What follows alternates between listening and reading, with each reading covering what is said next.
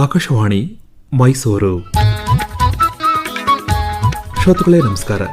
ಇವತ್ತು ಬರೀ ಭಾನುವಾರ ಅಷ್ಟೇ ಅಲ್ಲ, ವಿಶೇಷವಾದಂತಹ ಭಾನುವಾರ. ರಾಷ್ಟ್ರಪಿತ ಮಹಾತ್ಮ ಗಾಂಧಿಯವರು ಹುಟ್ಟಿದಂತಹ ದಿನ. ಗಾಂಧಿ ಜಯಂತಿಯ ಈ ಸಂದರ್ಭದಲ್ಲಿ ಭಾನುವಾರದ ವಿಶೇಷ ಕಾರ್ಯಕ್ರಮ ಕಾಫಿ ತಿಂಡಿಯಲ್ಲಿ ಭಾಗವಹಿಸ್ತಾ ಇದ್ದರೆ ಹಿರಿಯ ಗಾಂಧಿವಾದಿ ಮೇಲುಕೋಟೆಯ ಶ್ರೀ ಸುರೇಂದ್ರ ಕೌಲಗಿಯವರು. ಇವರನ್ನು ಮಾತಾಡಿಸ್ತಾ ಇದ್ದಾರೆ ರಾಧಾ. ಕೇಳಿ ಭಾನುವಾರದ ವಿಶೇಷ ಕಾರ್ಯಕ್ರಮ ಕಾಫಿ ತಿಂಡಿ.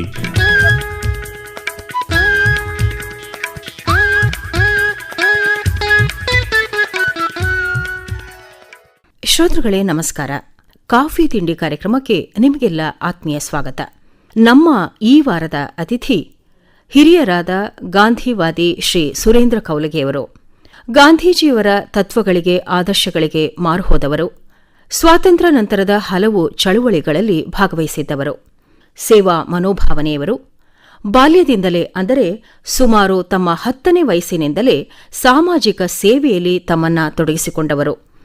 ಇವರ ಸೇವೆಯನ್ನ ಗುರುತಿಸಿ ಇವರನ್ನು ಅರಸಿ ಬಂದಂಥ ಹಲವು ಸನ್ಮಾನ ಪ್ರಶಸ್ತಿಗಳನ್ನು ನನ್ನ ಸೇವೆ ಸೇವೆಗಾಗಿ ಮಾತ್ರ, ಪ್ರಶಸ್ತಿಗಾಗಿ ಅಲ್ಲ ಎನ್ನುತ್ತಾ ವಿನಮ್ರಪೂರ್ವಕವಾಗಿಯೇ ಅವುಗಳನ್ನು ನಿರಾಕರಿಸಿದವರು. ಇನ್ನೂ ಕೂಡ ಇವರ ಸಾಮಾಜಿಕ ಸೇವೆ ನಿರ್ವಿಘ್ನವಾಗಿ ಮುಂದುವರಿತಾ ಇದೆ. ಪ್ರಸ್ತುತ ಮಂಡ್ಯ ಜಿಲ್ಲೆ ಮೇಲುಕೋಟೆ ಇವರ ಸೇವಾ ಕ್ಷೇತ್ರ. ಬನ್ನಿ ಇವರೊಂದಿಗೆ ಮಾತನಾಡೋಣ. ಮಾತಿನೊಂದಿಗೆ ಇವರ ಇಷ್ಟವಾದ ಹಾಡುಗಳನ್ನು ಇವರೊಂದಿಗೆ ನಾವು ಕೂಡ ಆಲಿಸೋಣ. ಹಾಗೆ ಇವರ ಜೀವನಾನುಭವಗಳನ್ನು, ಆ ಅನುಭವದ ಪಾಕದಲ್ಲಿ ಮೂಡಿಬರುವ ಮುತ್ತಿನ ನುಡಿಗಳನ್ನು ಕೇಳೋಣ. ನಮಸ್ಕಾರ ಸುರೇಂದ್ರ ಕೌಲಗಿಯವರಿಗೆ. ನಮಸ್ಕಾರ. ನಮ್ಮ ಈ ಕಾಫಿ ತಿಂಡಿ ಕಾರ್ಯಕ್ರಮಕ್ಕೆ ನಿಮಗೆ ನಮ್ಮ ಮೈಸೂರು ಆಕಾಶವಾಣಿಯ ಪರವಾಗಿ ಹಾಗೆ ಎಲ್ಲ ಶ್ರೋತೃಗಳ ಪರವಾಗಿ ಹಾರ್ದಿಕವಾದ ಸ್ವಾಗತವನ್ನು ಬಯಸ್ತಾ ಇದ್ದೇವೆ. ಸಂತೋಷ. ಶ್ರೋತೃಗಳೇ, ಶ್ರೀಯುತ ಸುರೇಂದ್ರ ಕೌಲಗಿಯವರ ಪುತ್ರರಾದ ಶ್ರೀ ಸಂತೋಷ್ ಕೌಲಗಿಯವರು ಕೂಡ ಈ ಹೊತ್ತು ನಮ್ಮ ಜೊತೆಯಾಗಿದ್ದಾರೆ. ಅವರನ್ನು ಕೂಡ ನಮ್ಮ ಈ ಕಾಫಿ ತಿಂಡಿ ಕಾರ್ಯಕ್ರಮಕ್ಕೆ ಪ್ರೀತಿಪೂರ್ವಕವಾಗಿ ಸ್ವಾಗತಿಸ್ತಾ ಇದ್ದೇವೆ. ನಮಸ್ಕಾರ ಸಂತೋಷ ಕೌಲಗಿಯವರಿಗೆ. ನಮಸ್ಕಾರ ರಾಧಾವ್ರೆ. ನಮಗಿದೊಂದು ವಿಶೇಷ ಸಂದರ್ಭ. ತಂದೆ ಮಗನ ಒಟ್ಟಿಗೆ ಸೇರಿಸಿಬಿಟ್ಟಿದ್ದೀರಿ. ಅಂದ್ರೆ ತಂದೆ ಮಗ ಸೇರೋದು ಬಹಳ ಅಪರೂಪ ಅನ್ಸುತ್ತೆ. ನನಗೆ ಸಂತೋಷ ಇದೆ, ಯಾಕಂದ್ರೆ ನಾನು ಅನೇಕ ಸಲ ಆಕಾಶವಾಣಿ ಕಾರ್ಯಕ್ರಮದಲ್ಲಿ ಭಾಗವಹಿಸಿದ್ದೇನೆ, ಚಿಂತನ ಕಾರ್ಯಕ್ರಮದಲ್ಲಿ ಭಾಗವಹಿಸಿದ್ದೇನೆ, ಸಂವಾದದಲ್ಲಿ ಭಾಗವಹಿಸಿದ್ದೇನೆ.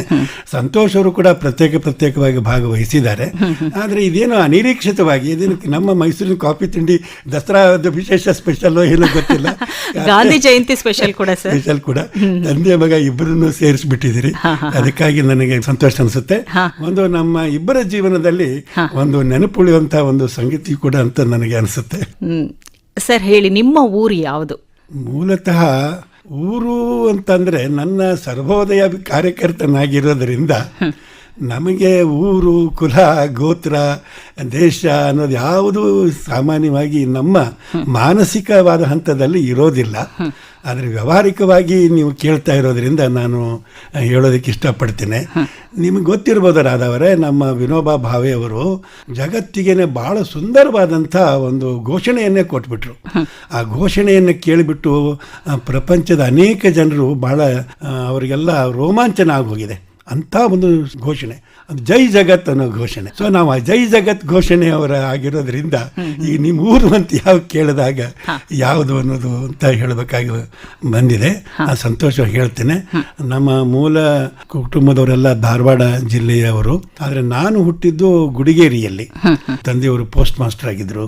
ಆ ಪೋಸ್ಟ್ ಆಫೀಸ್ ಮನೆಯಲ್ಲಿ ನಾನು ಹುಟ್ಟಿದೆ. ತುಂಬ ಹಳ್ಳಿ ಅದು.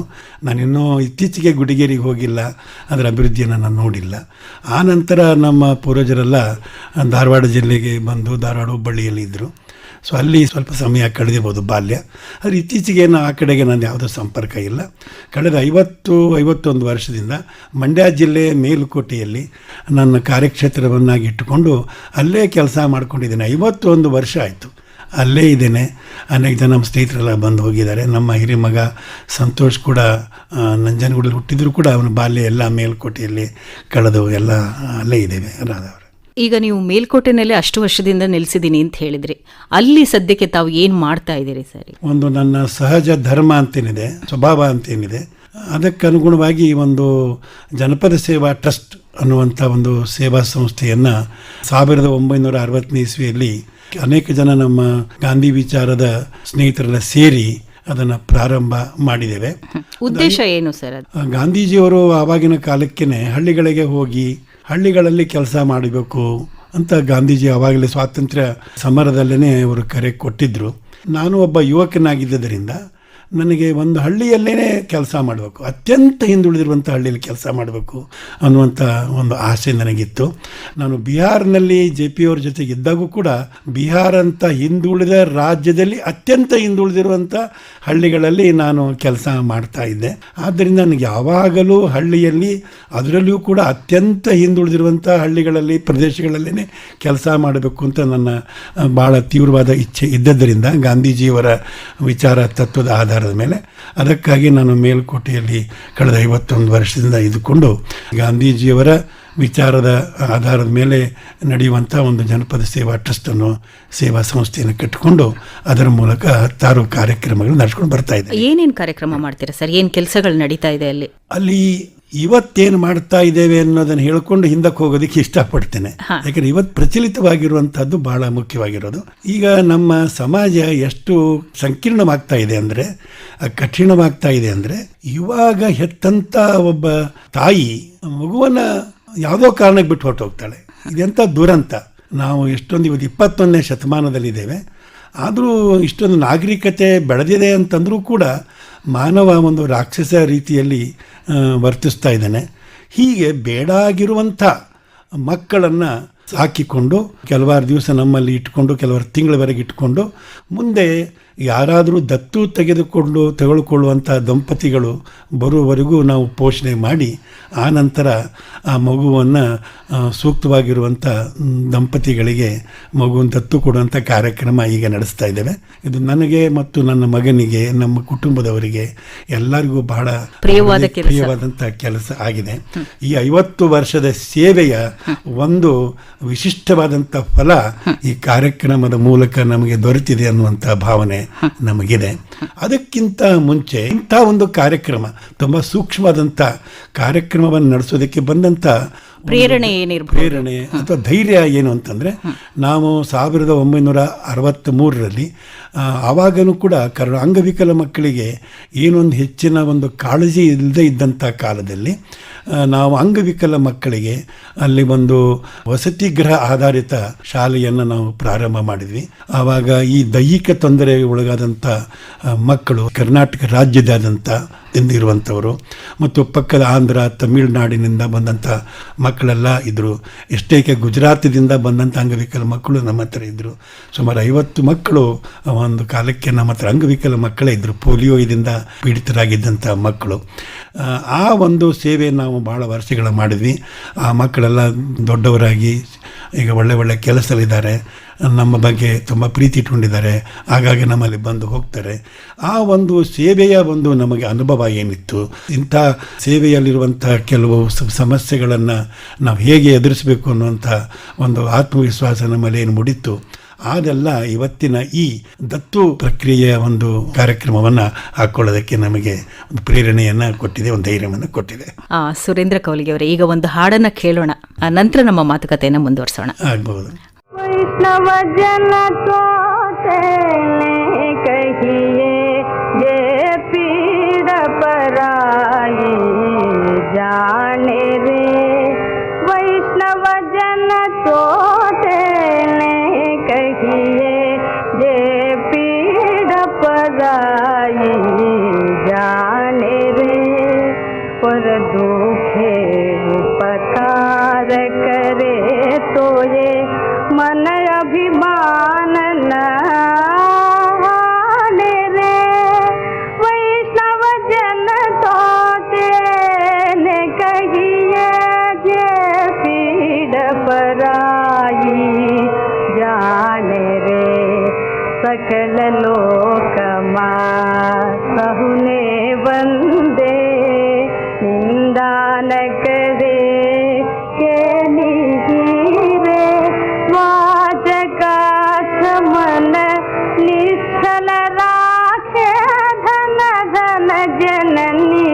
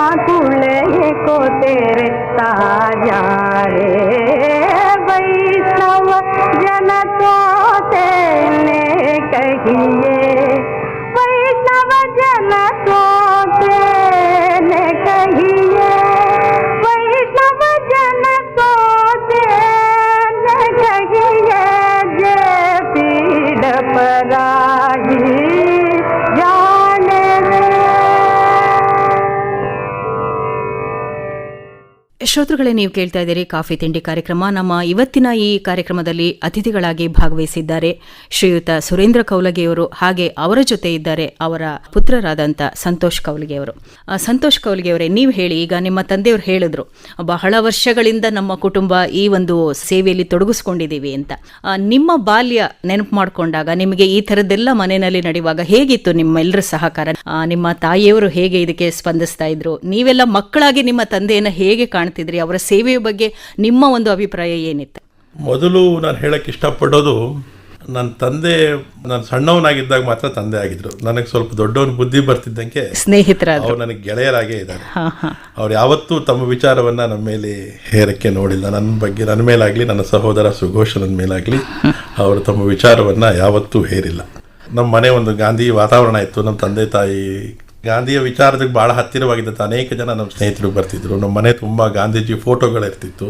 ಒಂದು ರೀತಿ ಗಾಂಧಿಯ ವಾತಾವರಣ ನಮ್ಮ ಮನೇಲಿ ಇರ್ತಿತ್ತು. ನಾವು ಸ್ವಭಾವತಃ ಅದನ್ನು ವಿರೋಧ ಮಾಡ್ತಾ ಬೆಳೆದವರು. ಗಾಂಧಿ ವಾತಾವರಣದಲ್ಲಿದ್ರು ಗಾಂಧಿಯನ್ನು ವಿರೋಧ ಮಾಡ್ತಾ ಬೆಳೆದು, ಇದು ಬಹಳ ಒಂದು ಆಸಕ್ತಿ ಮೂಡಿಸುವಂತ ವಿಷಯ ಇದು. ಆಮೇಲೆ ವೈಚಾರಿಕವಾಗಿ ನಾವು ಗಟ್ಟಿ ಆಗ್ತಾ ಪ್ರಧಾನಕ್ಕೆ ಗಾಂಧಿಯನ್ನು ಒಪ್ಕೊಂಡವ್ರೆ ಹೊರತು ಗಾಂಧಿ ನಮ್ಮ ಮೇಲೆ ಹೇರಲ್ಪಟ್ಟಿಲ್ಲ. ಹಾಗಾಗಿ ನೀವು ಯೋಚನೆ ಮಾಡಿ ಆಲೋಚನೆ ಮಾಡಿ ನಿಮ್ಮ ಬುದ್ಧಿಶಕ್ತಿಯ ಮೇಲೆ ನಾವು ಹೌದು ಇದು ಗಾಂಧಿ ಇದೇ ನಿಜವಾದ ಗಟ್ಟಿ ಅನ್ನಿಸ್ದಾಗ ಮಾತ್ರ ಗಾಂಧಿನ ಒಪ್ಕೊಂಡಿದ್ವಿ ಹೊರತು ನಮ್ಮ ಅಪ್ಪ ಅಮ್ಮ ಯಾವತ್ತೂ ನಮ್ಮ ಮೇಲೆ ಗಾಂಧಿಯನ್ನು ಹೇರಿಲ್ಲ. ಅದು ಬಹುಶಃ ನಮ್ಮ ಅಪ್ಪ ಅಮ್ಮ ಬಹಳ ನಮ್ಮ ಜೊತೆ ನಡೆದುಕೊಂಡ ರೀತಿ, ನಮ್ಮನ್ನು ಬೆಳೆಸಿದ ರೀತಿ ಅದಕ್ಕೆ ಕಾರಣ ಆಯ್ತು ಅನ್ಸುತ್ತೆ. ಹಾಗಾಗಿ ಇವತ್ತು ಕೂಡ ನಾವು ಕಟ್ಟಾ ಗಾಂಧಿವಾದಿಗಳಲ್ಲದೆ ಹೋದ್ರೂ ಗಾಂಧಿಯ ಬಗ್ಗೆ ಅಭಿಮಾನ, ಪ್ರೀತಿ ಅದು ಉಳಿಸ್ಕೊಂಡು ಬಂದಂತ ತಲೆಮಾರಿನ ಜನ ಆಗಿದ್ದೀವಿ ಅಂತ ಅನ್ಸುತ್ತೆ. ನಿಮ್ಮ ತಾಯಿಯವರು? ಅಮ್ಮ ಬಹಳ ಸೇವೆಯಲ್ಲಿ ನಂಬಿಕೆ ಇಟ್ಟಂತ ತಾಯಿ.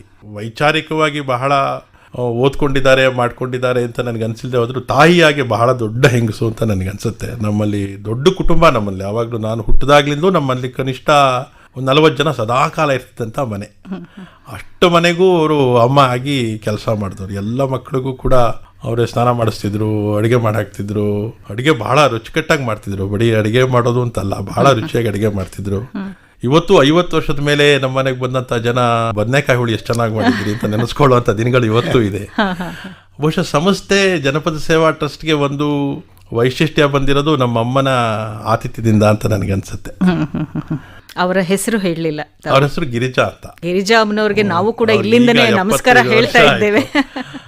ಯಾಕಂದ್ರೆ ಅಮ್ಮ ಅನ್ನೋ ಒಂದು ಪದಕ್ಕೆ ಅವರು ಒಂದು ಸರಿಯಾದ ನಿಜವಾದ ಅರ್ಥವನ್ನ ಅಥವಾ ಅಮ್ಮನ ಹೇಗೆ ನಡ್ಕೋಬೇಕು ಹಾಗೆ ಅಮ್ಮನಾಗಿ ನಡ್ಕೊಂಡಿದ್ದಾರೆ. ಅಂದ್ರೆ ಕೇವಲ ತಾನು ಹೆತ್ತ ಮಕ್ಕಳಿಗೆ ಅಮ್ಮ ಆಗೋದಿದೆಯಲ್ಲ, ಅದು ದೊಡ್ಡ ವಿಷಯ ಇಲ್ಲ. ಬೇರೆ ಎಲ್ಲ ಇಡೀ ಕುಟುಂಬದ ಸದಸ್ಯರನ್ನ ಹಾಗೆ ಹೊರಗಿನ ಜನರನ್ನು ಕೂಡ ಮಾತೃ ಹೃದಯಾಗಿ ಪ್ರೀತಿಸೋದಿದೆಯಲ್ಲ, ಅವರಿಗೆ ನಾವು ಅಮ್ಮ ಅನ್ನೋಂಥ ಒಂದು ಇದು ಸಾರ್ಥಕವಾಗುತ್ತೆ. 75 ವರ್ಷ ಖಂಡಿತ ಅವರಿಗೆ ಬಂದಂತ ಜವಾಬ್ದಾರಿಯನ್ನು ಬಹಳ ಸಮರ್ಥವಾಗಿ ನಿಭಾಯಿಸಿದ್ದಾರೆ ಅಂತ ಹೇಳ್ಕೊಳಕ್ಕೆ ನನಗೆ ಬಹಳ ಸಂತೋಷ ಮತ್ತು ಹೆಮ್ಮೆ ಆಗುತ್ತೆ. ಜೊತೆಗೆ ಇನ್ನೊಂದು ಸಂತೋಷನ ತಾಯಿಯಾಗಿ ಅವ್ರು ಹೇಳಿದರೆ, ನನ್ನ ಹೆಂಡತಿಯಾಗಿ ಒಂದು ಮಾತು ಬಂದಾಡು ಹೇಳಲೇಬೇಕು ನಾನು.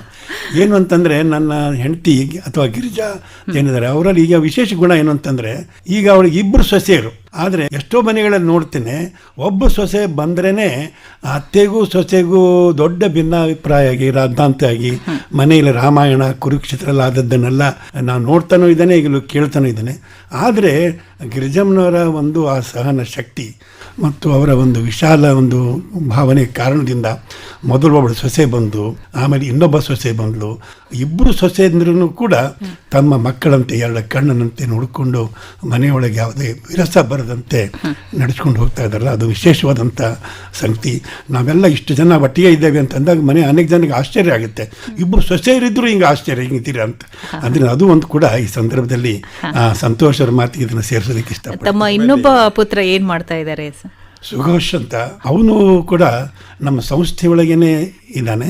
ಆದರೆ ಸಂತೋಷನಾಗಿ ನೇರವಾಗಿ ಪ್ರವೇಶ ಮಾಡಿಲ್ಲ, ಪರೋಕ್ಷವಾಗಿ ಸಂಸ್ಥೆಯಲ್ಲಿ ಕೆಲಸ ಮಾಡಿಕೊಂಡಿದ್ದಾನೆ. ನಮ್ಮ ಸಂಸ್ಥೆಯ ಅನೇಕ ಜವಾಬ್ದಾರಿಗಳನ್ನೆಲ್ಲ ಅವನು ಪರೋಕ್ಷವಾಗಿ ನಿರ್ವಹಿಸ್ತಾ ಇದ್ದಾನೆ. ಉದಾಹರಣೆಗೆ ಬೇಸಿಗೆಯಲ್ಲಿ ಮಕ್ಕಳ ಶಿಬಿರ ಮಾಡ್ತೇವೆ, ದಸರಾದಲ್ಲಿ ಶಿಬಿರ ಮಾಡ್ತೇವೆ ಅಂತ ಮಕ್ಕಳ ಶಿಬಿರ ಮಾಡೋ ಜವಾಬ್ದಾರಿನೆಲ್ಲ ಸುಘೋಷ್ ಅವರನ್ನೇ ನಡೆಸ್ಕೊಂಡು ಹೋಗ್ತಾ ಇದ್ದಾನೆ. ಮತ್ತು ನಾನು ಸಂತೋಷ್ ಅವರು ಗಿರಿಜಾ ಅವರು ಒಂದು ಸಲ ಮನೆಯೊಳಗೆ ಇಲ್ಲದೇ ಇದ್ದಾಗ ಬಂದಂಥ ಅತಿಥಿಗಳನ್ನು ನೋಡ್ಕೊಳ್ಳೋದು ಮಾಡೋದು ಅದೆಲ್ಲ ಸುಘೋಷಣೆ ಮಾಡೋದು. ಮತ್ತು ಯಾವುದೇ ಒಂದು ಕಷ್ಟ ಬಂದರೆ ಆಪತ್ತು ಬಂದಂಗೆ ಅವನೇ ಮುಂಚೆ ಬಂದುಬಿಡ್ತಾನೆ. ಎಲ್ಲ ಧೈರ್ಯ ಇದೆ, ಒಂಥರ ವ್ಯಾವಹಾರಿಕವಾದಂಥ ತಿಳುವಳಿಕೆ ತುಂಬ ಚೆನ್ನಾಗಿರೋದ್ರಿಂದ ಇದೆಲ್ಲ ಮಾಡಿಕೊಂಡು ಟ್ರಸ್ಟಿನ ಬೆಳವಣಿಗೆಗೆ ಪರೋಕ್ಷವಾಗಿ ಬಹಳಷ್ಟು ಕಾರಣವಾಗ್ತಾ ಇದೆ. ಈಗ ನಮ್ಮ ಶ್ರೋತೃಗಳಿಗೆ ನೀವು ಮೆಚ್ಚಿರುವಂಥ ಮತ್ತೊಂದು ಗೀತೆಯನ್ನು ಕೇಳಿಸಿ ನಂತರ ಮತ್ತಷ್ಟು ಮಾತುಕತೆ ನಮ್ಮದು ಆಗ್ಬಹುದಾ? ತುಂಬ ಸಂತೋಷ.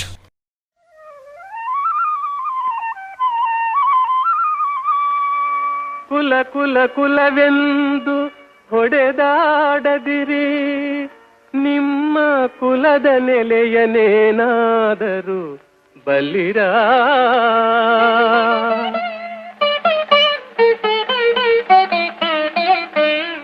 ಕುಲ ಕುಲ ಕುಲವೆಂದು ಹೊಡೆದಾಡದಿರಿ, ನಿಮ್ಮ ಕುಲದ ನೆಲೆಯನೇನಾದರೂ ಬಲ್ಲಿರ ಬಲ್ಲಿರ.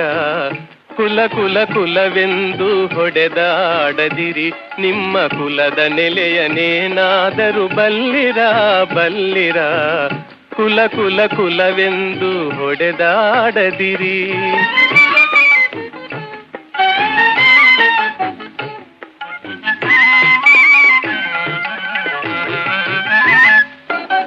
ಹುಟ್ಟದ ಯೋನಿಗಳಿಲ್ಲ, ಮೆಟ್ಟದ ಭೂಮಿಗಳಿಲ್ಲ, ಅಟ್ಟು ಉಣ್ಣದ ವಸ್ತುಗಳಿಲ್ಲ. ಓ ಹುಟ್ಟದ ಯೋನಿಗಳಿಲ್ಲ, ಮೆಟ್ಟದ ಭೂಮಿಗಳಿಲ್ಲ, ಅಟ್ಟು ಉಣ್ಣದ ವಸ್ತುಗಳಿಲ್ಲ. ಗುಟು ಕಾಣಿಸಬಂತು ಹಿರಿದೇನು ಕಿರಿದೇನು, ಗುಟು ಕಾಣಿಸಬಂತು ಹಿರಿದೇನು ಕಿರಿದೇನು. ನೆಟ್ಟನೆ ಸರ್ವಜ್ಞನ ನೆನೆ ಕಂಡ್ಯ ಮನೋಜ, ಕುಲ ಕುಲ ಕುಲವೆಂದು ಹೊಡೆದಾಡದಿರಿ.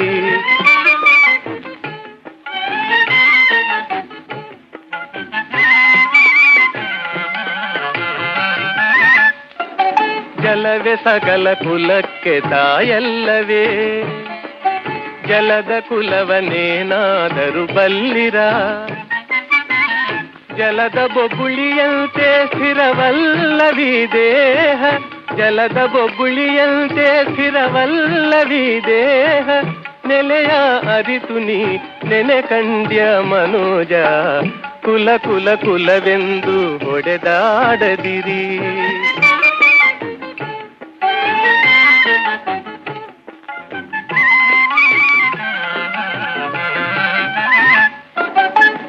ಹರಿಯೇ ಸರ್ವೋತ್ತಮ, ಹರಿಯೇ ಸರ್ವೇಶ್ವರ, ಹರಿಮಯವೆಲ್ಲವೆನುತ ತಿಳಿದು. ಹೋ ಹರಿಯೇ ಸರ್ವೋತ್ತಮ, ಹರಿಯೇ ಸರ್ವೇಶ್ವರ, ಹರಿಮಯವೆಲ್ಲವೆನುತ ತಿಳಿದು. ಸಿರಿಕಾಗಿ ನೆಲೆಯಾದಿ ಕೇಶವರಾಯನ, ಸಿರಿಕಾಗಿ ನೆಲೆಯಾದಿ ಕೇಶವರಾಯನ. ಚರಣ ಕಮಲವ ಕೀರ್ತಿಸುವನೆ ಕುಲಜ, ಚರಣ ಕಮಲವ ಕೀರ್ತಿಸುವನೆ ಕುಲಜ. ಕುಲ ಕುಲ ಕುಲವೆಂದು ಹೊಡೆದಾಡದಿರಿ, ನಿಮ್ಮ ಕುಲದ ನೆಲೆಯನೇನಾದರೂ ಬಲ್ಲಿರ ಬಲ್ಲಿರ. ಕುಲ ಕುಲ ಕುಲವೆಂದು. ಸುರೇಂದ್ರ ಕೌಲಗಿಯವರೇ, ನಿಮ್ಮ ಮಗ ಹೇಳ್ತಾ ಇದ್ರು, ನಾವು ಒಂದು ರೀತಿ ಗಾಂಧಿಯ ನಡುವೆ ಬದುಕಿದ ಹಾಗೆ ಇತ್ತು ನಮ್ಮ ಮನೆ ವಾತಾವರಣ ಅಂತೆಲ್ಲ. ಗಾಂಧೀಜಿಯ ತತ್ವಗಳಿಂದ ನೀವು ಪ್ರೇರಿತರಾಗಿದ್ದೀರಿ. ಹೌದು. ಈಗ ಒಂದು ಸತ್ಯ ಇರ್ಬೋದು, ಅಥವಾ ಅಹಿಂಸೆ ಅನ್ನೋದಿರ್ಬೋದು, ಅಥವಾ ಸರಳತೆ ಅಂತ ಇರಬಹುದು. ಇದೆಲ್ಲ ಅನುಸರಿಸೋದಕ್ಕೆ ಬಹಳ ಕಷ್ಟ ಅಂತ ಅನ್ನಿಸ್ತಾ, ಅಥವಾ ಹೇಗೆ? ಇಲ್ಲ, ನನಗೆ ಯಾವತ್ತೂ ಕೂಡ ಗಾಂಧೀಜಿಯ ವಿಚಾರ ಕಷ್ಟ ಅನಿಸೇನೇ ಇಲ್ಲ. ನನಗೂ ಇವತ್ತು ಕೂಡ ಒಂದೇನು ಅನಿಸ್ತಾ ಇದೆ ಅಂತಂದರೆ, ಅವರ ವಿಚಾರಗಳನ್ನು 100ಕ್ಕೆ 100 ಅನುಸರಿಸೋಕ್ಕಾಗ್ತಾ ಇಲ್ಲ ಅನ್ನೋದು ಒಂದು. ಎರಡನೇದು, ಗಾಂಧೀಜಿಯವರು ಯಾವ ರೀತಿಯ ರಚನಾತ್ಮಕ ಕಾರ್ಯಕ್ರಮಗಳನ್ನು ನಡೆಸ್ಕೊಂಡು ಹೋಗಬೇಕು ಅಂತ ಹೇಳಿ ಒಂದು ಅಪೇಕ್ಷೆ ಇಟ್ಕೊಂಡಿದ್ದಾರೆ ಅಂತಲೂ ಹೇಳ್ಬೋದು. ಅದನ್ನು 100ಕ್ಕೆ 100 ಆ ರೀತಿ ಮಾಡೋಕ್ಕಾಗ್ತಾ ಇಲ್ವಲ್ಲ ಅನ್ನುವಂಥ ಒಂದು ಕೊರಗಿದೆಯೇ ಹೊರತು ಅದು ಭಾಳ ಅಸಾಧ್ಯವಾದದ್ದು ಅಥವಾ ಇದು ನಾವು ಮಾಡೋಕ್ಕಾಗದೇ ಇಲ್ಲ ಬಿಟ್ಟೇ ಬಿಡಬೇಕು ಅನ್ನುವಂಥ ನಿರಾಶಾ ಭಾವನೆ ಯಾವತ್ತೂ ಅನಿಸಿಲ್ಲ. ನಾನು ಇನ್ನೂ ಒಂದು ಮುಂದೆ ಹೇಳೋದಕ್ಕೆ ಇಷ್ಟಪಡ್ತೇನೆ. ಗಾಂಧೀಜಿಯವರ ವಿಚಾರ ನನ್ನ ಜೀವನದಲ್ಲಿ ಬಂದಾಗ ನನಗೆ ಒಂದು ರೀತಿಯ ರೋಮಾಂಚನವೇ ಆಯಿತು. ಆಮೇಲೆ ಸ್ವಲ್ಪ ನನಗೆ ವಯಸ್ಸಾದ ಮೇಲೆ ಸಾಹಿತ್ಯ ಎಲ್ಲ ಓದಿದ ಮೇಲೆ ಕುವೆಂಪು ಅವರ ಕಾವ್ಯ ಇವೆಲ್ಲ ಓದಿದ ಮೇಲೆ ಹಿಂಗೆ ಓದುವಾಗ ಕುವೆಂಪು ಅವರ ಒಂದು ಪದ್ಯ ನನಗೆ ಸಿಕ್ತು. ಆ ಪದ್ಯದ 2 ಸಾಲುಗಳು ನನಗೆ ಗಾಂಧೀಜಿಯವರ ವಿಚಾರ ನನಗೆ ಗೊತ್ತಾದ ಮೇಲೆ ಮತ್ತು ಗಾಂಧೀಜಿಯವರು ನಮ್ಮ ದೇಶಕ್ಕೆ ಬಂದು ಹೇಗೆ ಕೆಲಸ ಮಾಡಿದ್ರು ಜ್ಞಾಪಿಸಿದ ಮೇಲೆ ಅದಕ್ಕೂ ಕುವೆಂಪು ಅವರು ಬರೆದ ಆ ಸಾಲುಗಳಿಗೂ ಇದಕ್ಕೆ ಎಷ್ಟು ಹತ್ತಿರವಾಗಿದೆ ಅಲ್ಲ ಅಂತ ಅನಿಸ್ತು. ಅದಕ್ಕಾಗಿ ಅದನ್ನು ಹೇಳೋದಕ್ಕೆ ಇಷ್ಟಪಡ್ತೇನೆ. ಏನು ಅಂತಂದರೆ ಅವರು ಕುವೆಂಪುರ ಕವನದಲ್ಲಿ ಬರೆದಿರೋದೇನೆಂದರೆ, ನಾಡಿನ ಪುಣ್ಯದ ಪೂರ್ವ ದಿಗಂತದಿ, ನಾಡಿನ ಪುಣ್ಯದ ಪೂರ್ವ ದಿಗಂತದಿ ನವ ಅರುಣೋದಯ ಹೊಮ್ಮುತ್ತಿದೆ, ನವ ಅರುಣೋದಯ ಹೊಮ್ಮುತ್ತಿದೆ, ಚಿರನೂತನ ಚೇತನದುತ್ಸಾಹದಿ ನವೀನ ಜೀವನ ಚಿಮ್ಮುತ್ತಿದೆ, ನವೀನ ಜೀವನ ಚಿಮ್ಮುತ್ತಿದೆ ಅಂತ. ಹಾಗೆ ಗಾಂಧೀಜಿಯವರು ಬಂದಾದ ಮೇಲಿಂದ ಅವ್ರು ಹೋಗಿದ್ದರೂ ಕೂಡ ಅವರ ವಿಚಾರಗಳು ನಮ್ಮ ದೇಶಕ್ಕೆ, ನಮ್ಮ ಯುವಕರಿಗೆ, ಸಮಾಜಕ್ಕೆ ಒಂದು ರೀತಿ ನಮ್ಮ ಹೊಸ ಜೀವನ ಉತ್ಸಾಹವನ್ನು ತುಂಬ್ತಾ ಇದೆ. ಆದ್ದರಿಂದ ಇವತ್ತು ಅನೇಕ ಜನ ಯುವಕರು ಗಾಂಧೀಜಿ ವಿಚಾರದ ಕಡೆಗೆ ಬರ್ತಾ ಇದ್ದಾರೆ, ಸರಳ ಜೀವನದ ಕಡೆಗೆ ಬರ್ತಾ ಇದ್ದಾರೆ, ಪರಿಸರ ಉಳಿಸಬೇಕು ಅಂತ ಬರ್ತಾ ಇದ್ದಾರೆ. ಆದ್ದರಿಂದ ಕುವೆಂಪು ಅವರು ಬರೆದ ಈ ಕವನದ ಸಾಲುಗಳು ಗಾಂಧೀಜಿಯವರ ವಿಚಾರಕ್ಕೆ ಎಷ್ಟು ನಮಗೆ ಇವತ್ತು ಕೂಡ ಪ್ರಸ್ತುತ ಅನಿಸುತ್ತೆ.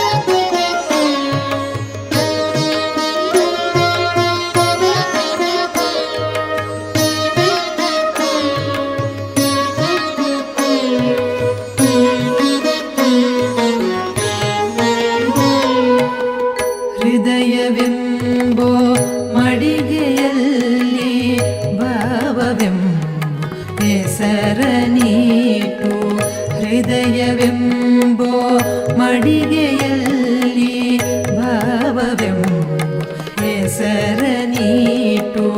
ಹೃದಯವೆಂಬೋ ಮಡಿಗೆಯಲ್ಲಿ ಭಾವವೆಂಬೋ ಹೆಸರ ನೀಟು. ಬುದ್ಧಿಯಿಂದ ಪಾಕ ಮಾಡಿ ಹರಿವಣಗೆ ಪಡಸಿಕೊಂಡು. ಹೃದಯವೆಂಬೋ ಮಡಿಗೆಯಲ್ಲಿ ಭಾವವೆಂಬೋ ಹೆಸರ ನೀಟು. ಬುದ್ಧಿಯಿಂದ ಪಾಕ ಮಾಡಿ ಹರಿವಣಗೆ ಪಡಸಿಕೊಂಡು.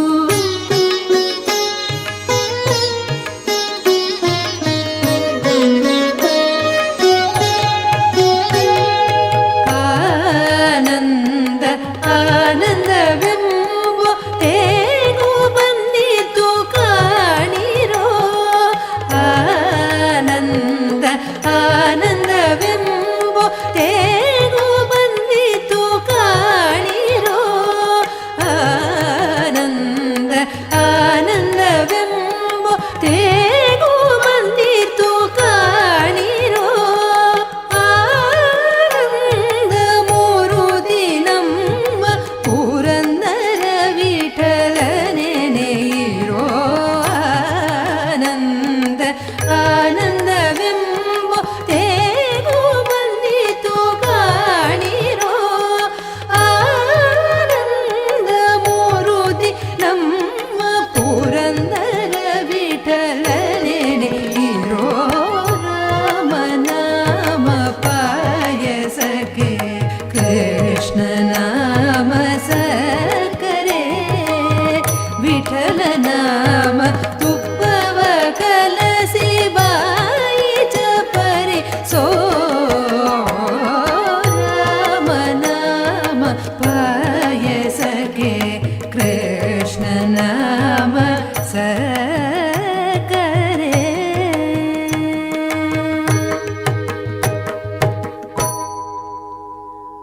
ಸುರೇಂದ್ರ ಕೌಲಿಗೆ ಅವರೇ, ಇಂದಿನ ಯುವ ಜನರು ಸರಳ ಜೀವನಕ್ಕೆ ಬರ್ತಾ ಇದ್ದಾರೆ ಅಂತ. ಆದರೂ ನಾವು ಒಂದು ಮಾತನ್ನ ಕೇಳ್ತಾ ಇದ್ದೀವಿ, ಈಗ ನಮ್ಮ ಜೀವನ ಶೈಲಿ ಬದಲಾಗ್ತಾ ಇದೆ, ಜೀವನ ಮೌಲ್ಯಗಳಿಲ್ಲ, ಅದರಿಂದ ದೂರ ಹೋಗ್ತಾ ಇದ್ದಾರೆ.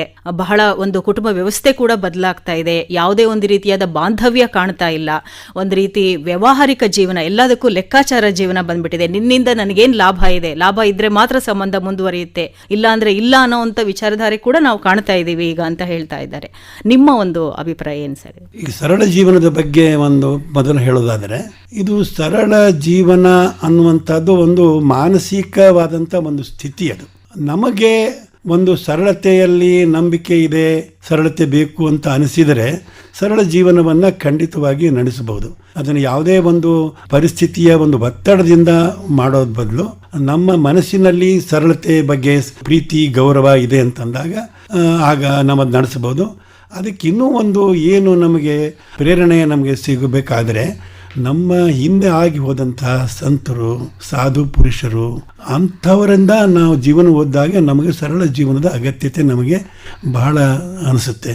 ಈಗ ನಮ್ಮ ಕರ್ನಾಟಕದ ಪುರಂದರದಾಸರು ಇರ್ಬೋದು, ಕನಕದಾಸರು ಇರ್ಬೋದು, ಮಹಾರಾಷ್ಟ್ರದ ಸಂತ ತುಕಾರಾಮ್ ಇರ್ಬೋದು, ಏಕನಾಥ್ ಇರ್ಬೋದು, ಅವರೆಲ್ಲ ಎಷ್ಟು ಸರಳವಾದಂಥ ಜೀವನ ನಡೆಸ್ತಾ ಇದ್ರು ಅಂತ ಓದಿದಾಗ ನಾವ್ಯಾಕೆ ಹಂಗಿರಬ ಆ ಸರಳ ಜೀವನದಿಂದಲೇ ಅವರಿಗೆ ಅಂಥ ಒಂದು ಪ್ರೇರಣೆ ಬಂದು ಇವತ್ತು ಕೂಡ ಸಾವಿರಾರು ವರ್ಷಗಳಾದರೂ ಅವರನ್ನು ಮಾತುಗಳು ಇವತ್ತು ಪ್ರಚಲಿತವಾಗಿದೆ. ಕಬೀರಂದಿರ್ಬೋದು, ಮೀರಾಬಾಯಿ ಇರ್ಬೋದು, ಅಕ್ಕಮಾದೇವಿ ಇರ್ಬೋದು, ಅವರಲ್ಲಿ ಏನು ಎಷ್ಟು ಸರಳವಾದ ಜೀವನ ನಡೆಸಿದ್ರು.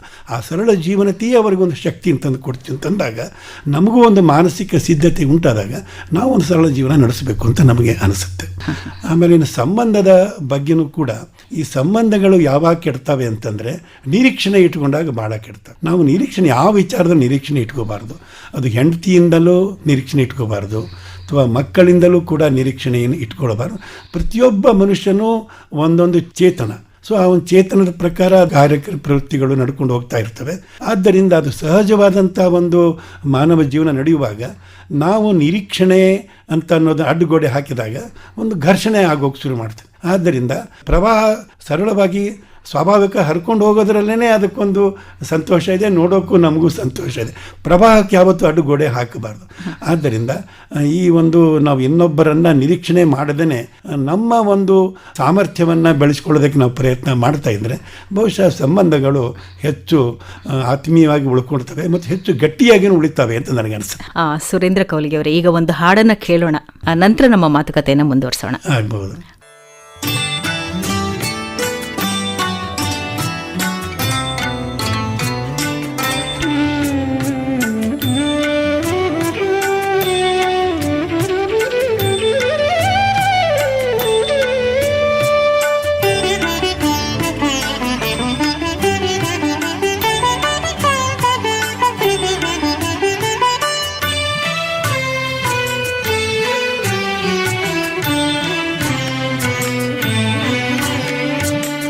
ಕಳಬೇಡ ಕೊಲಬೇಡ ಹುಸಿಯ ನುಡಿಯಲು ಬೇಡ, ಕಳಬೇಡ ಕೊಲಬೇಡ ಹುಸಿಯ ನುಡಿಯಲು ಬೇಡ, ಮುನಿಯಬೇಡ ಅನ್ಯರಿಗೆ ಅಸಹ್ಯ ಪಡಬೇಡ, ಮುನಿಯಬೇಡ ಅನ್ಯರಿಗೆ ಅಸಹ್ಯ ಪಡಬೇಡ, ಕಳಬೇಡ ಕೊಲಬೇಡ ಹುಸಿಯ ನುಡಿಯಲು ಬೇಡ, ಕಳಬೇಡ ಕೊಲಬೇಡ ಹುಸಿಯ ನುಡಿಯಲು ಬೇಡ.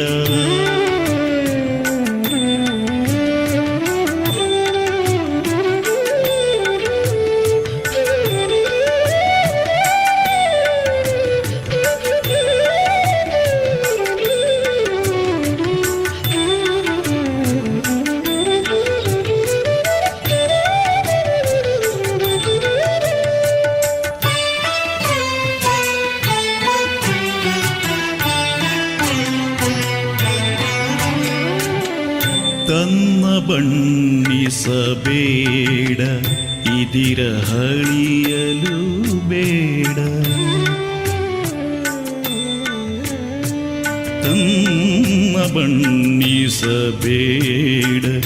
ಇದಿರ ಹಳಿಯಲು ಬೇಡ, ಇದೇ ಅಂತರಂಗ ಶುದ್ಧಿ, ಇದೇ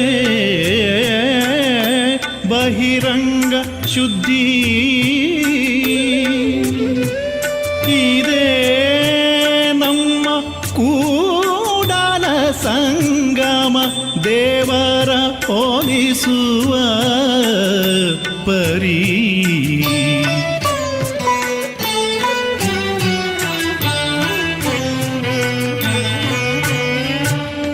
ಕಳಬೇಡ ಕೊಲಬೇಡ ಹುಸಿಯ ನುಡಿಯಲು ಬೇಡ, ಕಳಬೇಡ ಕೊಲಬೇಡ ಹುಸಿಯ ನುಡಿಯಲು ಬೇಡ, ಮುನಿಯಬೇಡ ಅನ್ಯರಿಗೆ ಅಸಹ್ಯ ಪಡಬೇಡ, ಮುನಿಯಬೇಡ ಅನ್ಯರಿಗೆ ಅಸಹ್ಯ ಪಡಬೇಡ, ಕಳಬೇಡ ಕೊಲಬೇಡ ಹುಸಿಯ ನುಡಿಯಲು ಬೇಡ, ಕಳಬೇಡ ಕೊಲಬೇಡ ಹುಸಿಯ ನುಡಿಯಲು ಬೇಡ.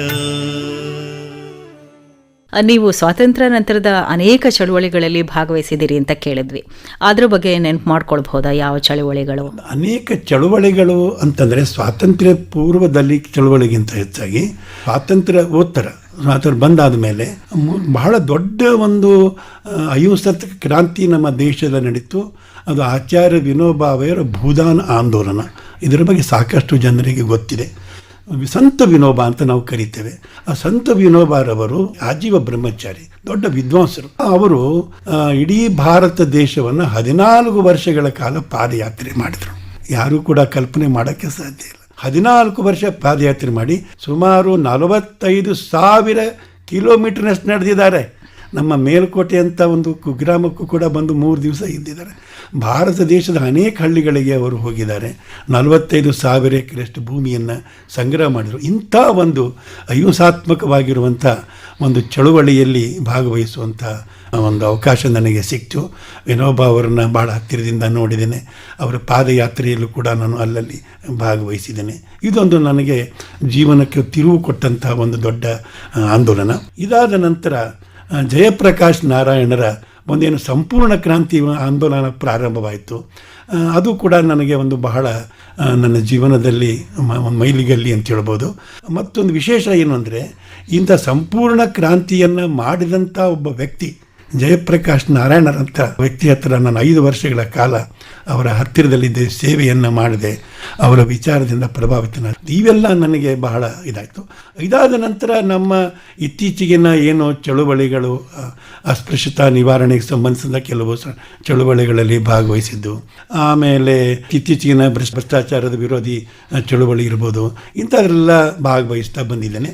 ಈಗಲೂ ಕೂಡ ಎಲ್ಲೇ ಒಂದು ಸಾಮಾಜಿಕ ಚಳುವಳಿ ನಡೆದರೆ ಅದರಲ್ಲಿ ನಾನು ಸ್ವಯಂ ಪ್ರೇರಣೆಯಿಂದ ಭಾಗವಹಿಸ್ತೇನೆ. ಮಿತ್ರರು ಕೂಡ ನನ್ನನ್ನು ಕರೀತಾರೆ, ನೀವು ಬಂದರೆ ನಮಗೊಂಥರ ನೈತಿಕ ಬೆಂಬಲ ಬರ್ತದೆ ಅನ್ನೋ ದೃಷ್ಟಿಯಿಂದ ಈ ರೀತಿಯಾಗಿ ಅದು ನಡ್ಕೊಂಡು ಬರ್ತಾ ಇದೆ. ಈಗ ಎಷ್ಟು ವಯಸ್ಸು ಸರ್ ತಮಗೆ? ನನಗೆ ಈಗ 77 ತುಂಬಿದ್ದೇನೆ. 78 ಆಗುತ್ತೆ. ನಾಳೆ ಅಕ್ಟೋಬರ್ 24ಕ್ಕೆ ನನಗೆ 77 ಮುಗಿದು 78 ಪ್ರಾರಂಭ ಆಗುತ್ತೆ.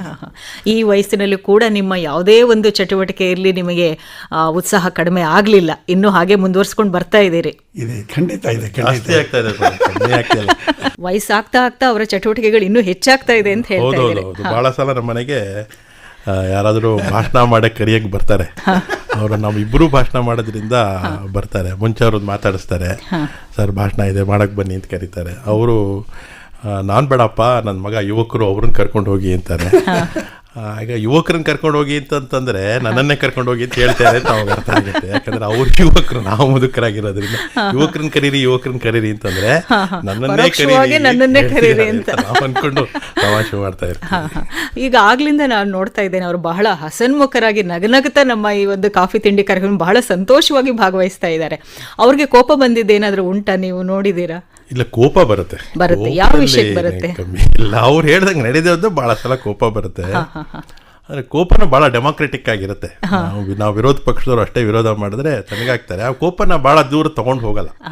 ದ್ವೇಷ ಸಾಧಿಸೋ ಬುದ್ಧಿ ಖಂಡಿತ ಇಲ್ಲ. ಆ ನಿಮಿಷದಲ್ಲಿ ವಿಚಾರಕ್ಕೆ ತಕ್ಕದ ಕೋಪಗಳು ಬರುತ್ತೆ. ಅವರು ಮಾತಾಡ್ತಾರೆ, ಮನೇಲಿರೋರೆಲ್ಲರೂ ಮಾತಾಡ್ತೀವಿ. ಅದು ಮುಂದಿನ ಮರ್ತೋಗ್ಬಿಡುತ್ತೆ. ಮುಂದಿನ ಕ್ಷಣದಲ್ಲಿ ಸಿನಿಮಾ ತರ ಪ್ರತಿ ನಿಮಿಷ ಇದು ರಂಗ ಬದಲಾಗ್ತಾ ಇರೋದ್ರಿಂದ ಮುಂದಿನ ರಂಗಕ್ಕೆ ತಕ್ಷಣ ಸಜ್ಜಾಗ್ತಾ ಇರ್ತೀವಿ. ಯಾವ ಒಂದು ಗುಣ ನಿಮಗೆ ಬಹಳ ಇಷ್ಟವಾಗುವಂಥದ್ದು ಅವರದ್ದು? ಅವ್ರು ಡೆಮಾಕ್ರೆಟಿಕ್ ಆಗಿರೋ ಗುಣ. ನಾನು ಬಹಳ ಜನ ಗಾಂಧಿ, ನನ್ನ ತಲೆಮಾರಿನ ನನ್ನ ಸ್ನೇಹಿತರು ಬಹಳ ಜನ ತಂದೆ ತಾಯಿಯಂದರು ಕೂಡ ಗಾಂಧಿಯಿಂದ ಪ್ರಭಾವಿತರಾದವರು ಆಗಿದ್ದಾರೆ. ಅವರೆಲ್ಲರೂ ಗಾಂಧಿವಾದಿಗಳು ಅಂತ ಹೇಳ್ಕೊಂಡು ಬದುಕಿದ್ದಾರೆ. ಗಾಂಧಿವಾದಿಗಳು ಕಟ್ಟ ಗಾಂಧಿವಾದಿಗಳಾಗಿದ್ದಾರೆ. ಅವರೆಲ್ಲರ ಮಕ್ಕಳು ಕೂಡ ಅವ್ರ ಅಪ್ಪ ಅಮ್ಮನಿಂದ ದೂರ ಹೋಗಿದ್ದಾರೆ. ಅವ್ರ ಅಪ್ಪ ಅಮ್ಮಂದ್ರೆ ನಾನು ಭಾಳ ಹತ್ತಿರದಿಂದ ನೋಡಿದ್ದೀನಿ. ಯಾಕೆ ದೂರ ಹೋದ್ರು ಅಂತ ನೋಡಿದಾಗೆಲ್ಲ ನಂಗೆ ಅನ್ಸೋದು ಅಂತಂದರೆ, ಬಹಳ ಬಿಗಿ ಮುಷ್ಟಿ. ಮಕ್ಕಳನ್ನ ಹಿಂಗೇ ಬೆಳೆಸ್ಬೇಕು, ಖಾದಿನೇ ಹಾಕೋಬೇಕು, 5 ಗಂಟೆಗೆ ಅದು ಪ್ರಾರ್ಥನೆನೇ ಮಾಡಬೇಕು, ಹೋಟೆಲಲ್ಲಿ ತಿಂಡಿ ತಿನ್ನಬಾರ್ದು, ಸಿನಿಮಾಕ್ಕೆ ಹೋಗಬಾರ್ದು.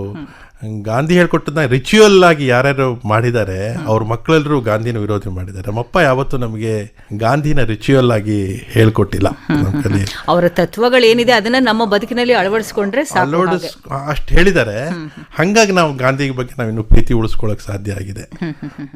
ಅತಿಯಾದ ಶಿಸ್ತು ಕೂಡ ಮಕ್ಕಳಲ್ಲಿ, ನಾವು ಹೋಟೆಲ್ ತಿಂಡಿ ತಿಂದಾಗ ಅಥವಾ ಯಾವುದೋ ಒಂದು ಸಿನಿಮಾಕ್ಕೆ ಹೋದಾಗ ಐಸ್ ಕ್ರೀಮ್ ತಿಂದಾಗ, ನಾನು ಐಸ್ ಕ್ರೀಮ್ ತಿಂತೀನಿ ತಮ್ಮ ಜೊತೆ ತಿಂದಿದ್ದಾರೆ.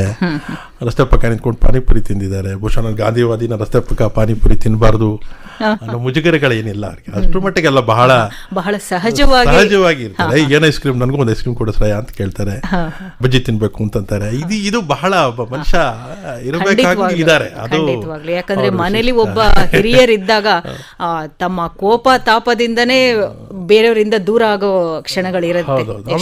ನಾನೇನೋ ಒಂದು ಆದರ್ಶ ಹಿಡ್ಕೊಂಡ್ಬಿಟ್ಟಿದ್ದೀನಿ, ಅದಕ್ಕಾಗಿ ನಾನೊಂದು ಸದಾ ಒಂದು ಸೋಗಿನಲ್ಲಿ ಇರಬೇಕು ಅನ್ನೋ ಗುಣ ಅವರಲ್ಲಿಲ್ಲ. ಬಹಳ ಸಹಜವಾಗಿ ಎಲ್ಲರೊಂದಿಗೆ ಬೆರೀತಾರೆ, ಮಕ್ಕಳೊಂದಿಗೆ ಮಕ್ಕಳಾಗಿರ್ತಾರೆ. ಹೈ ಲೆವೆಲ್ ಅಲ್ಲಿ ಭಾಷಣಗಳು ಮಾಡ್ತಾರೆ, ಮೊಮ್ಮಕ್ಕಳ ಜೊತೆ ಚುರುಮುರಿನೂ ತಿಂತಾರೆ. ಅದೇ ಅವ್ರ ವಿಶಿಷ್ಟ ಗುಣ ಅಂತ ನಾನು ಅನ್ಕೊಂಡಿದ್ದೀನಿ. ನಿಮ್ಮ ಮೊಮ್ಮಕ್ಕಳ ಬಗ್ಗೆ ನಿಮಗೆ ಏನ್ ಕನಸಿದೆ ಸರ್? ನನ್ನ ಮೊಮ್ಮಕ್ಕಳ ಬಗ್ಗೆ ನನ್ನ ಅದೃಷ್ಟ ಅಂತಲೇ ಹೇಳ್ಬೋದು. ನನ್ನ ಹೆಂಡತಿಯ ಕಾರಣವೂ ಅದಕ್ಕೆ ಬಹಳಷ್ಟು ಇದೆ. ನನ್ನ ಮೊಮ್ಮಕ್ಕಳು ಕೂಡ ಹೇಗೆ ಈಗ ನನ್ನ ಮಗ ಸಂತೋಷ್ ಸುಘೋಷ್ ನನ್ನ ಒಂದು ದಾರಿಯಲ್ಲಿ ಹೆಜ್ಜೆ ಇಡ್ತಾ ಇದ್ದಾರೆ, ಅದೇ ರೀತಿಯಾಗಿ ಮೊಮ್ಮಕ್ಕಳು ಕೂಡ ಬರ್ತಾ ಇದ್ದಾರೆ. ಅದು ನನಗೆ ಬಹಳ ಬಹಳ ಸಂತೋಷವನ್ನು ಉಂಟು ಮಾಡ್ತಾ ಇರೋ ಒಂದು ಸಂಗತಿ. ಹಿರಿ ಮೊಮ್ಮಗ ಸುಮನಸ್ಸಿದ್ದಾನೆ, ಕಿರಿ ಮೊಮ್ಮಗಳು ಸುಹಾಸಿನಿ ಇದ್ದಾಳೆ, ಇನ್ನೊಬ್ಬ ಮಗ ಸುಪ್ರಜ್ ಇದ್ದಾನೆ, ಈಗ 3 ವರ್ಷದ ಗೌರಿ ಇದ್ದಾಳೆ. ಎಲ್ಲರೂ ಕೂಡ ಅವ್ರಿಗೆ ತಿಳಿದನೋ ಅಥವಾ ಬಹಳ ಪ್ರಯತ್ನ ಇಲ್ಲದೇನೋ ನನ್ನ ಮತ್ತು ನನ್ನ ಮಗನ ಒಂದು ದಾರಿಯಲ್ಲಿ ಅವರು ಕೂಡ ಬರ್ತಾ ಇದ್ದಾರೆ. ನಾವೇನು ನಮ್ಮ ಸಂತೋಷಿಗೆ ಹೇಳ್ದಂಗೆ ಏನು ಅದನ್ನು ಬೇಲಿ ಹಾಕಿ ಬೆಳೆಸಿದಂಥ ರೀತಿಯಲ್ಲಿ ಏನಿಲ್ಲ, ಅದು ಮನೆಯ ವಾತಾವರಣ ಅಥವಾ ಅದೇನೋ ಸಂಸ್ಕಾರ ಅಂತಿರ್ಬೋದು, ಅದೇನೋ ಒಂದು ಕಾರಣದಿಂದ ಅವ್ರಿಗೂ ಅದೇ ಒಂದು ಅಭ್ಯಾಸ ಬಂದಿದೆ. ಅಂದ್ರೆ ಒಂದು ಮಾತನ್ನ ನಾವು ಕೇಳ್ತೀವಿ, ಈಗ ಹೂವನ್ನ ಸಹಜವಾಗಿ ಅರಳಿಕ್ಕೆ ಬಿಡಬೇಕು ಅಂತ. ಬಹುಶಃ ಆ ಒಂದು ಪ್ರಕ್ರಿಯೆ ನಿಮ್ಮ ಮನೆಯಲ್ಲಿ ಆಗ್ತಾ ಇದೆ ಅನ್ನೋ ಕಾರಣಕ್ಕಾಗಿ ನಿಮ್ಮ ಮಕ್ಕಳು ಸಹಜವಾಗೇ ಒಂದು ಪ್ರೀತಿ ವಿಶ್ವಾಸದ ಒಂದು ಇದರಲ್ಲಿ ಬರ್ತಾ ಇದ್ದಾರೆ. ಆಮೇಲೆ ಇನ್ನೊಂದು ಅವ್ರು ಹಾಕೊಂಡು ನಮ್ಮ ಅಪ್ಪ ಹಾಕೊಂಡು ಕಾರ್ಯಕ್ರಮಗಳನ್ನ ನಾವ್ ಯಾರು ಮಾಡ್ತಿಲ್ಲ. ನನಗೆ ಕೃಷಿಯಲ್ಲಿ ಬಹಳ ಆಸಕ್ತಿ ಇತ್ತು, ಹಂಗಾಗಿ ಕೃಷಿಯ ಮೂಲಕ ನಾನು ಗಾಂಧಿಯನ್ನ ಎಲ್ಲ ಒಂದು ಕಡೆ ನೋಡಕ್ ಸಾಧ್ಯ ಆಯ್ತು. ಈಗ ನನ್ನ ಮಗ ಅದಕ್ಕಿಂತ ಅವನಿಗೆ ಪರಿಸರದಲ್ಲಿ ಹೆಚ್ಚು ಆಸಕ್ತಿ ಇದೆ. ಗ್ಲೋಬಲ್ ವಾರ್ಮಿಂಗ್ ಬಹಳ ದೊಡ್ಡ ಕನ್ಸರ್ನ್ ಅನ್ಸುತ್ತೆ. ಬಯೋಡೈವರ್ಸಿಟಿ ಉಳಿಸೋದು, ಬಹುಶಃ ನಮ್ಮ ಅಪ್ಪನ ಜನರೇಷನ್ಗೆ ಬಯೋಡೈವರ್ಸಿಟಿ ಬಗ್ಗೆ ಬಹಳ ಆದ್ಯತೆ ವಿಷಯ ಆಗಿರ್ಲಿಕ್ಕಿಲ್ಲ ಆ ಜನರೇಷನ್ಗೆ. ಈಗ ನನ್ನ ಮಗನ ತಲೆಮಾರಿಗೆ ಬಯೋಡೈವರ್ಸಿಟಿ ಅಂತದ್ದು, ಗ್ಲೋಬಲ್ ವಾರ್ಮಿಂಗ್ ಅಂತದ್ದು ಹೆಚ್ಚು ಅವನಿಗೆ ಕಾಳಜಿಯನ್ನು ಅಥವಾ ಯೋಚನೆಯನ್ನು ಉಂಟು ಮಾಡ್ತಿರೋ, ಚಿಂತನೆಗೆ ಈಡು ಮಾಡ್ತಾ ಇರುವಂಥ ವಿಷಯಗಳಾಗಿದೆ. ಅವನು ಅದರ ಮೂಲಕ ಗಾಂಧಿಯನ್ನು ನೋಡೋ ಪ್ರಯತ್ನ ಮಾಡ್ತಾ ಇದ್ದಾನೆ. ಅದು ಬಹುಶಃ ನಮ್ಮೆಲ್ಲರನ್ನೂ ಕೊಂಡಿಯಾಗಿ ಉಳಿಸಿರೋದು ನಮ್ಗೆ ಇಷ್ಟವಾದಂತಹ ಕಾರ್ಯಕ್ರಮಗಳ ಮೂಲಕ ನಾವು ಗಾಂಧಿಯನ್ನು ನೋಡೋಕ್ ಪ್ರಯತ್ನ ಮಾಡ್ತಿರೋದೇ ನಾವೆಲ್ಲರೂ ಒಟ್ಟಿಗೆ ಇರಕ್ಕೆ ಸಾಧ್ಯ ಆಗಿದೆ ಅನ್ಸುತ್ತೆ. ಆ ನಿಮಿಷದ ಸವಾಲಿನ ಮೂಲಕ ಮತ್ತೆ ನಮ್ಮ ವೈಚಾರಿಕವಾಗಿ ನಾವು ಭದ್ರವಾಗಿ ನೋಡ್ತಿರೋದೇ ನಾವೆಲ್ಲರೂ ಒಟ್ಟಿಗೆ ಇರಕ್ಕೆ ಸಾಧ್ಯ ಆಗಿದೆ. ಹಾಗೆ ಆ ದೃಷ್ಟಿಯಲ್ಲಿ ಗಾಂಧೀಜಿ ಯಾವತ್ತಿಗೂ ಪ್ರಸ್ತುತವಾಗ್ತಾ ಇದ್ದಾರೆ. ಈಗ ಕಾರ್ಯಕ್ರಮದ ಕೊನೆಯ ಹಂತಕ್ಕೆ ನಾವು ಬಂದಿದ್ದೇವೆ, ಮಾತಾಡಿದ್ದೇವೆ ಇಷ್ಟೊತ್ತು. ನಿಮ್ಮ ಮುಂದಿನ ಒಂದು ಕನಸು ಏನಿದೆ ಅಂತ, ಮುಂದಿನ ಪೀಳಿಗೆ ಏನಾಗಬೇಕು ಅಂತ ನೀವು ಬಯಸ್ತೀರಿ, ಹೇಗಿರಬೇಕು ಅಂತ ಬಯಸ್ತೀರಿ, ಇಡೀ ಒಂದು ದೇಶದ ವ್ಯವಸ್ಥೆ ಹೇಗಿರಬೇಕು ಅನ್ನುವಂಥ ಒಂದು ಕನಸು, ನಿಮ್ಮ ಒಂದು ದೂರದೃಷ್ಟಿ ಏನಿದೆ?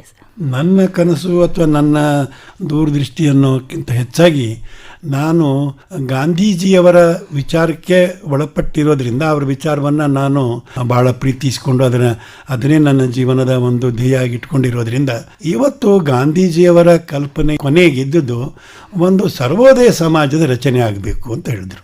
ಅಪ್ಲಿಫ್ಟ್ಮೆಂಟ್ ಆಫ್ ಆಲ್, ಎಲ್ಲರೂ ಉದಯವಾಗುವಂಥ ಒಂದು ಸಮಾಜದ ಕಲ್ಪನೆ. ಯಾವ ಸಮಾಜದಲ್ಲಿ ಯಾವುದೇ ತಾರತಮ್ಯ, ಅದು ಆರ್ಥಿಕವಾದಂಥದ್ದು ಇರ್ಬೋದು, ಸಾಮಾಜಿಕವಾದಂಥದ್ದು ಇರ್ಬೋದು, ಶೈಕ್ಷಣಿಕವಾಗಿ ಯಾವುದೇ ಪ್ರಕಾರದ ತಾರತಮ್ಯತೆ ಇಲ್ಲದೇ ಇರುವಂಥ, ಎಲ್ಲರೂ ಕೂಡ ತಮ್ಮ ತಮ್ಮ ಯೋಗ್ಯತಾನುಸಾರ ಬೆಳೆದು ಇಡೀ ಸಮಾಜದ ಒಂದು ಒಳ್ಳೆಯದನ್ನು ಆಲೋಚನೆ ಮಾಡುವಂಥ ಒಂದು ಸಮಾಜ ಉಂಟಾಗಬೇಕು. ಅಂಥ ಒಂದು ವ್ಯವಸ್ಥೆ ಆಗಬೇಕು ಅಂತ ಗಾಂಧೀಜಿ ಇಷ್ಟಪಟ್ಟಿದ್ರು. ಅಂಥ ತತ್ವವನ್ನು, ಸರ್ವೋದಯ ಸಿದ್ಧಾಂತವನ್ನು ಅವರಿಟ್ಟರು. ಇವತ್ತು ಯಾವ ಸಿದ್ಧಾಂತವೂ ಕೂಡ ಇಷ್ಟೊಂದು ವೈಶಾಲಕತೆಯಿಂದ ಯೋಚನೆ ಮಾಡೋ ಸಿದ್ಧಾಂತ ಖಂಡಿತ ಇಲ್ಲ. ಅಂಥ ಒಂದು ಸಿದ್ಧಾಂತ ಗಾಂಧೀಜಿಯವರು ಪ್ರತಿಪಾದಿಸಿದ್ದಾರೆ. ಅಂಥ ಒಂದು ಸರ್ವೋದಯ ಸಮಾಜದ ರಚನೆ ಇಂದಿಲ್ಲ ನಾಳೆ, ಮುಂದಾದರೂ ಇನ್ನು ಕೆಲವು ವರ್ಷದ ನಂತರ. ಇವತ್ತು ಅದು ಒಂದು ಗಗನ ಕುಸುಮದಂತೆ ಕಾಣ್ತಾ ಇರ್ಬೋದು, ಆದರೆ ಇವತ್ತಿನ ಪರಿಸ್ಥಿತಿ ಎಷ್ಟೊಂದು ಒತ್ತಡ ಉಂಟಾಗ್ತಾ ಇದೆ ಅಂದರೆ ಮನುಷ್ಯನ ಮೇಲೆ, ಜಗತ್ತಿನ ಮೇಲೆ. ಇವತ್ತಿಲ್ಲ ನಾಳೆ ನಾವು ಎಲ್ಲ ಥರದ ಗೋಡೆಗಳನ್ನು ಬೀಳಿಸಿಬಿಟ್ಟು ಇಡೀ ಸಮಾಜ ಒಂದು, ಜಗತ್ತು ಒಂದು, ಮಾನವ ಕುಲ ಒಂದು ಅನ್ನುವಂಥ ಭಾವನೆ ಬರ್ತದೆ. ಬೇಗ ನೆರವೇರಲಿ ಅಂತ ಕನಸನ್ನು ನಾನು ಕಾಣ್ತಾ ಇದ್ದೀನಿ. ಅದು ಅಸಾಧ್ಯವಾದದ್ದೇನೂ ಅಲ್ಲ. ಖಂಡಿತ ಅಲ್ಲ. ಅಂಥ ಒಂದು ಸಮಾಜವನ್ನು ನಾವು ಕಾಣಬಹುದು, ಖಂಡಿತ ಕಾಣಬಹುದು. ನಾವೆಲ್ಲ ಪ್ರಯತ್ನ ಮಾಡಬೇಕು ಅದಕ್ಕಾಗಿ, ಎಲ್ಲರೂ ಕೈ ಸೇರಿಸಬೇಕು.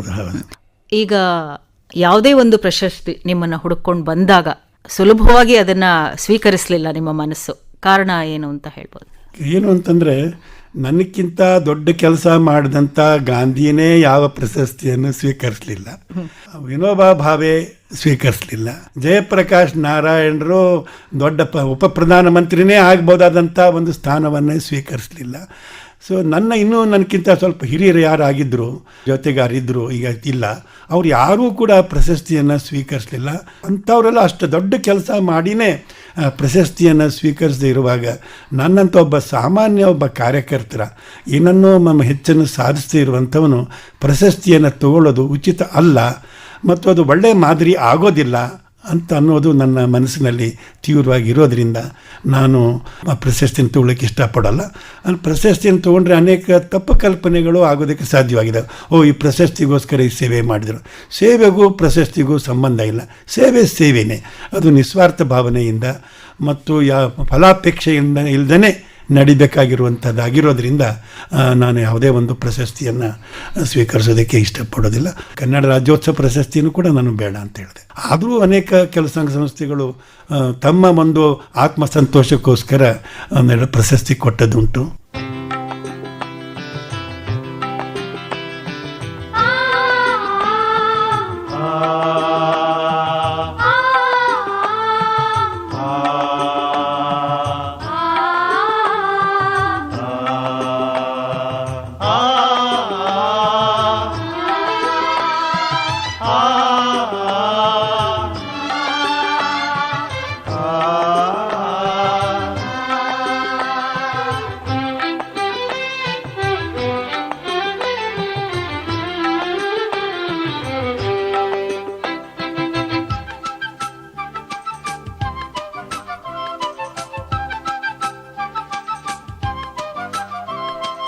ಓ ನನ್ನ ಚೇತನ,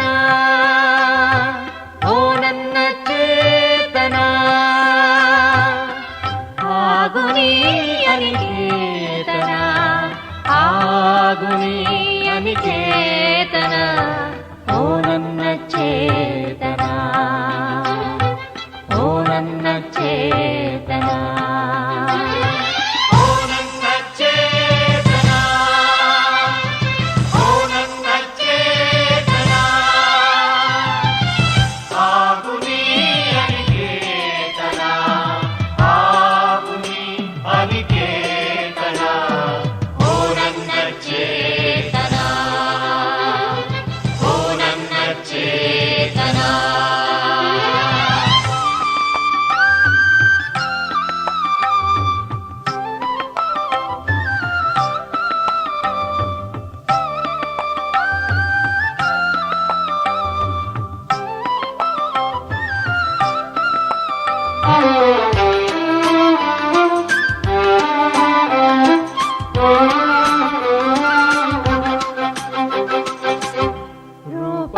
ರೂಪಗಳನ್ನು ದಾಟಿ ನಾಮಕೋಟಿಗಳನ್ನು ಮೀಟಿ, ರೂಪಗಳನ್ನು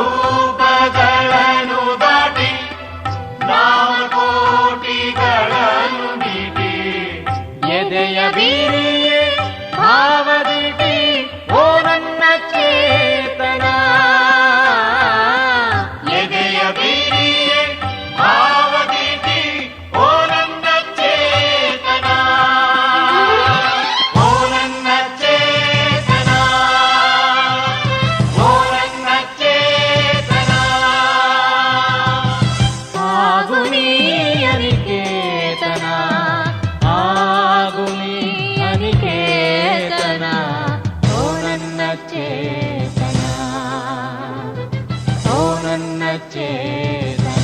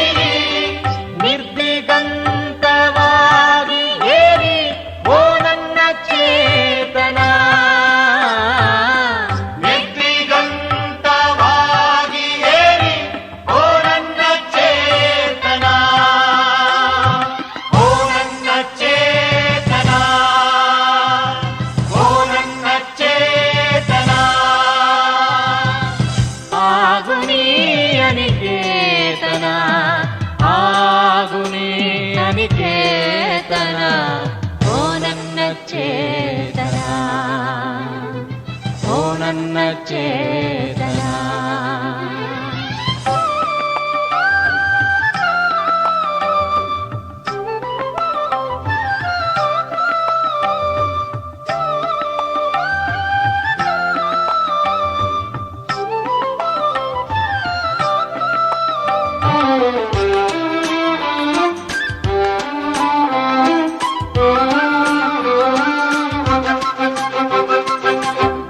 ಎಲ್ಲಿಯೂ ನಿಲ್ಲದಿರು, ಮನೆಯನೆಂದು ಕಟ್ಟದಿರು, ಕೊನೆಯನೆಂದು ಮುಟ್ಟದಿರು, ಅನಂತವಾಗಿರು.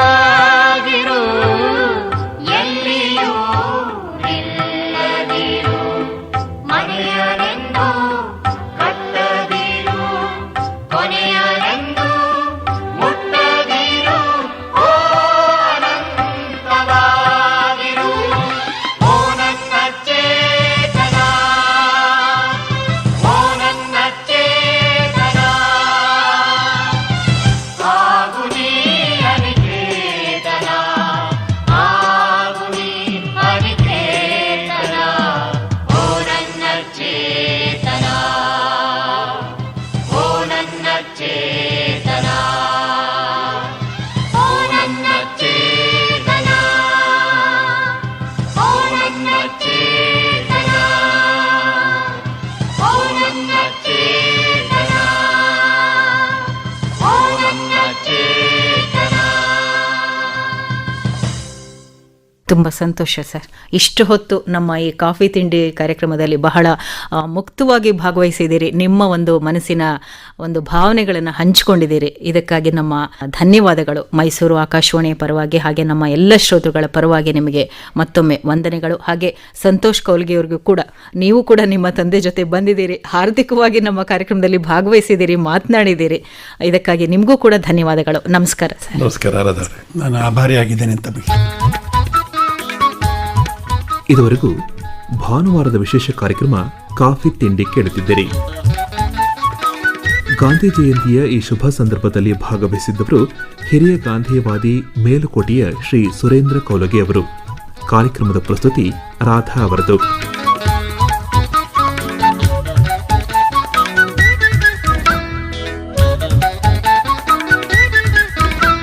ಈ ಕಾರ್ಯಕ್ರಮ ಆಕಾಶವಾಣಿ ಮೈಸೂರು ಕೇಂದ್ರದಿಂದ ಪ್ರಸಾರವಾಯಿತು.